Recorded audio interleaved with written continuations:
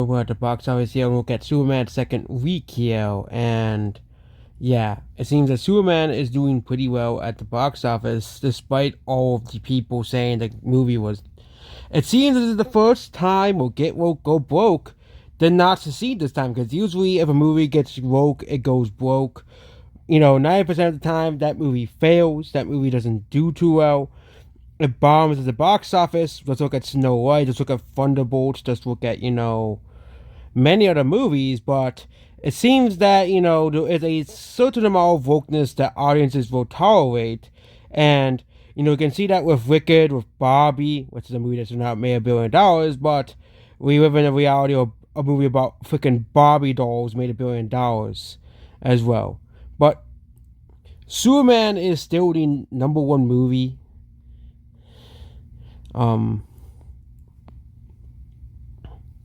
Making around $58 million to $48 million globally as well. We have not updated like the total numbers yet, but this movie needs to make, I think, $550 million to break even. So there's still a lot of money this movie needs to make for it to break even. Also, this movie isn't really doing too well internationally compared to the US box office, which could be a pretty big problem for this movie, as international numbers usually make or break a movie's performance. But it seems that a lot of people, this movie is not a huge flop like people thought it would be. People remember this movie. Some people were saying this movie would only open $80 million or something, as well. But nope, it is not opening to just $80 million. It's opening to around $125 million. Its first week and its second weekend, it is around $246 million domestically as well. So, we don't know. And of course, I think this movie is also doing it's basically doing it on the same as Man of Steel. I think that's the best comparison for that movie. Then we have Jurassic World Rebirth. Yeah, this movie is actually overperforming the box office for this movie. So this movie was originally only supposed to open to $100 million total. Okay, and it was projected to be this huge flop, and finally the Jurassic Park movie would be gone, until Hollywood 10 years later makes another one, But it seems that, these movies have done pretty well at the box office. Jurassic World, it's called Rebirth as well, has made $236 million domestically as well. But this is despite, a lot of people said this movie wasn't even that great, but it seems that the general audiences just don't seem to care what critics think, what movie critics think. Also, these movies do very well internationally as well, so this movie is gonna have to, it's gonna do very well internationally. It's gonna do okay. And of course, it has not yet released in Japan, so I don't think it's gonna make $1 billion like Jurassic World Dominion did, because again, there's so many of these movies now. But the movie has made in its first 3 weeks $649 million, which of course is still very impressive. It's gonna make a lot of money as well, continuing going on forward as well here. And it'll likely continue making money globally, especially because Jurassic World movies typically do very well globally as well. And we could do a comparison actually for the whole franchise as well. Currently Rebirth is tracking behind Dominion as well and Fallen Kingdom, so it is the worst selling of the Jurassic World movies as well.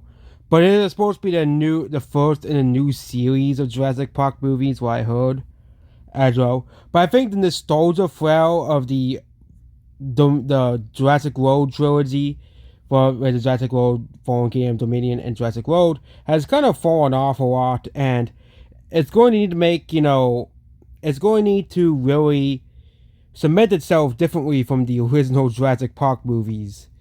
Because yes, you can nostalgia bait all you want, but the problem with the newer Jurassic Park movies is they don't really have their own identity. I know they're still a part of the franchise, but they are really just trying to recreate the nostalgia of the original movie, which, yes, has brought in big box office, but, you can only play the same trick so many times as well. So, yeah.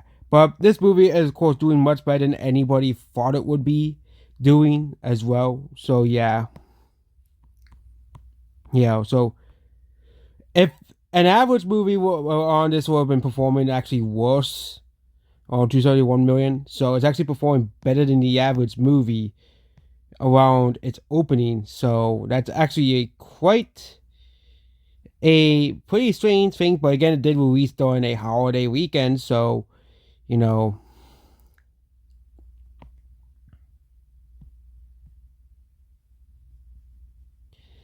yeah. And then, of course, we have the two new releases which didn't do too well. I Know What You Did Last Summer, another IP that needs to just go away. Okay, but apparently this movie doesn't have a huge budget, so, globally this movie is doing okay as well, but no one really cares. And of course, we have the franchise that refuses to die, that Hollywood refuses to let die, the Smurfs. This movie's a flop. It has a $50 million budget, but it's just not going to make that much more money. 11 million is already a very, very bad opening. Per theater numbers are already very, very, very bad for this movie. I just don't understand why Hollywood keeps bringing back the Smurfs, okay? Like, why? Like, why do we have to bring back the fucking Smurfs like every 5 years and no one goes by it? I can't wait to 2041. We get another Smurfs movie and no one watches it because the Smurfs are not really this huge IP that Hollywood makes it out to be. Yes, in the past, Smurfs was done well at the box office. I'm not gonna, discount the franchise of the Smurfs because, because I don't really care for Smurfs. Yes, the older movies have done well, but you look at the box office trends.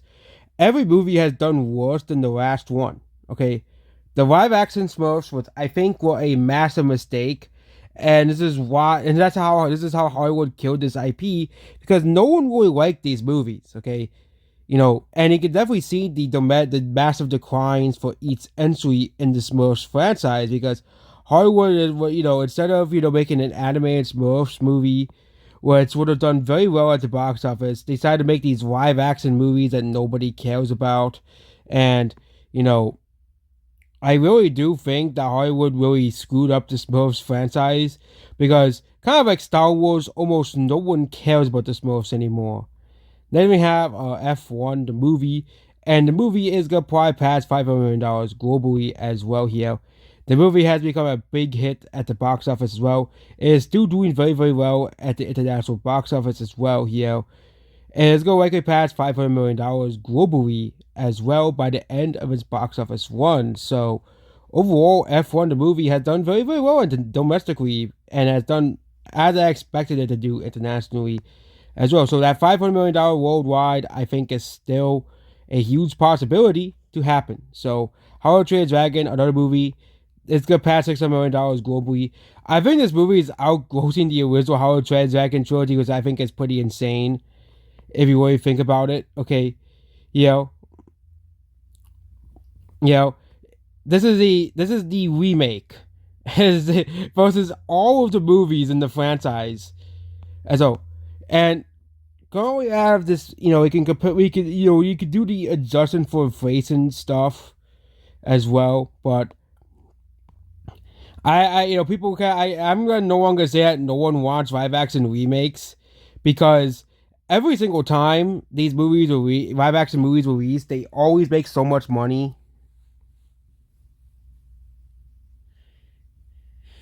And the highest grossing movie in the franchise, and it's 2010 even like adjusted for inflation, I think. Actually, adjusted for inflation, the original is doing better, but the original had better legs though because of recent March, which is usually a very slow time for the box office. But domestically and internationally, for a while, the remake was actually outgrossing. But the thing with the How to Train Your Dragon remake and the original is that the original released in a much more slower time, which is around March to April.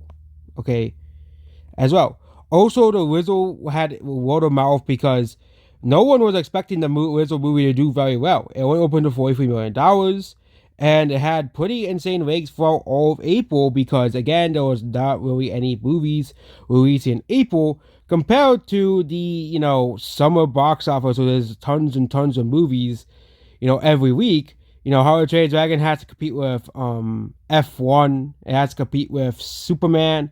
It has to compete with Jurassic World Dominion. No, not Jurassic World Rebirth. It has to compete with the Smurfs and Lilo and Stitch as well.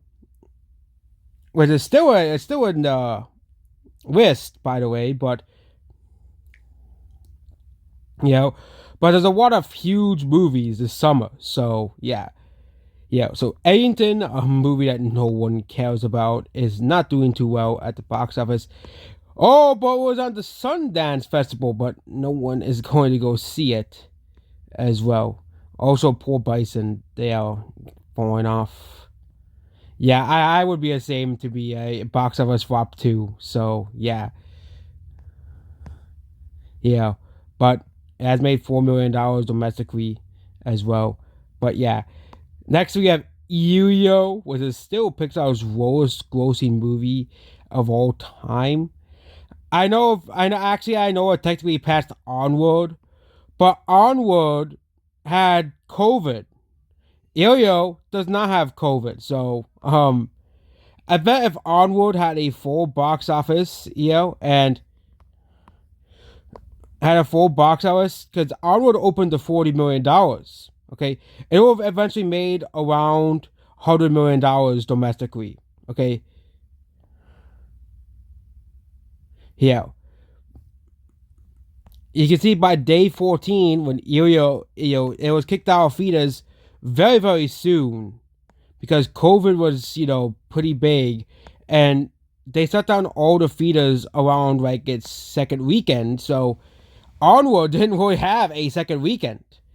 It really did not have a second weekend. And also, Onward did very poorly because I bet a lot of people also stayed home from COVID. So that is not really a good comparison either way because Onward had COVID. Okay, and we can't count Turning Red, Luca, and Soul because those didn't release in the theaters. Okay, so yes, Elio is Pixar's worst performing movie. Okay, I bet if Elio was released during COVID and Onward switched places, Onward would be performing way better, and Elio would have been made like $30 million, $30 million domestically. Actually, considering it's COVID, it's probably $20 million domestically because a lot of people stayed home as well. So Elio is still Pixar's worst performing movie, and no one cares about this movie. It's fifth weekend. No one cares about Elio. No one's going to go see it. There's no elemental comeback that Elio got. It got nothing.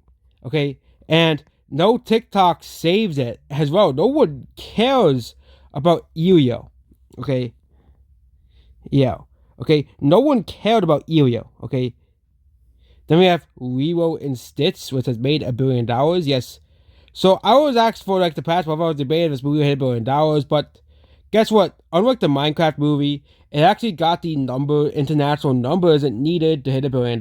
So yes, Lilo and Stitch is the second movie of this year to hit $1 billion. The first one being Nisa 2 as well. So we're waiting to see if any other movies hit $1 billion. I think Zootopia 2 and Avatar 3 will hit $1 billion, but other than that, not really many. Yeah, but 28 years later, this movie is like about to break even. At this point, it will be a small loss for Sony Pictures as well, but still made more. It's still doing better than Elio globally. So yeah, still doing better than Elio. It's still performing better than Elio.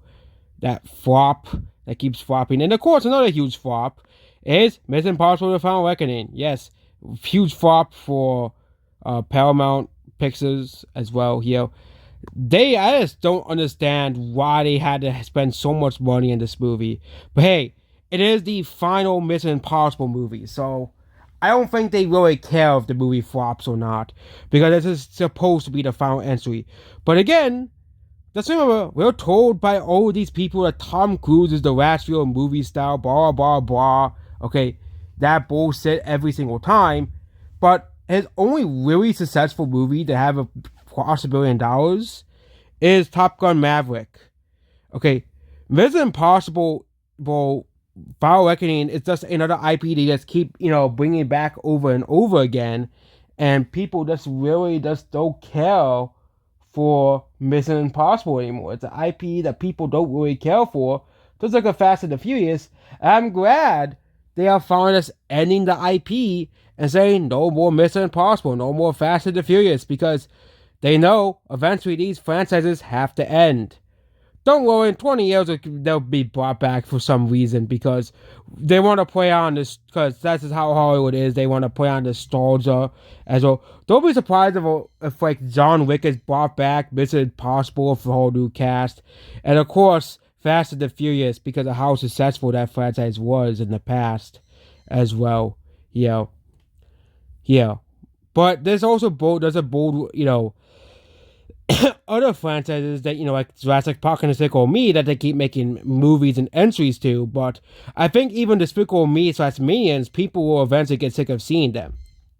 Okay, as well.